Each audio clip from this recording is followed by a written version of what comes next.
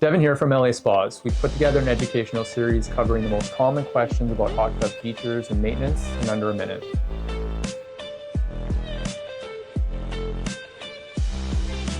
Some people love soaking in the snow, others would rather hibernate until spring. Either way, if you're not using your hot tub this winter, you've got to winterize it, unless you like surprise plumbing explosions.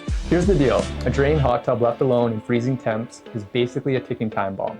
Pipes crack, leftover water freezes solid, and by spring, your spa is going to look more like an ice sculpture than a relaxation station. So what do? First, drain it completely. Pump out every last drop. Clean the filters, scrub the shell, then add antifreeze to protect the plumbing. And since Lethbridge winters aren't exactly gentle, throw a tarp over the whole setup if you're heading out of town. Think of it as a winter coat for your spa.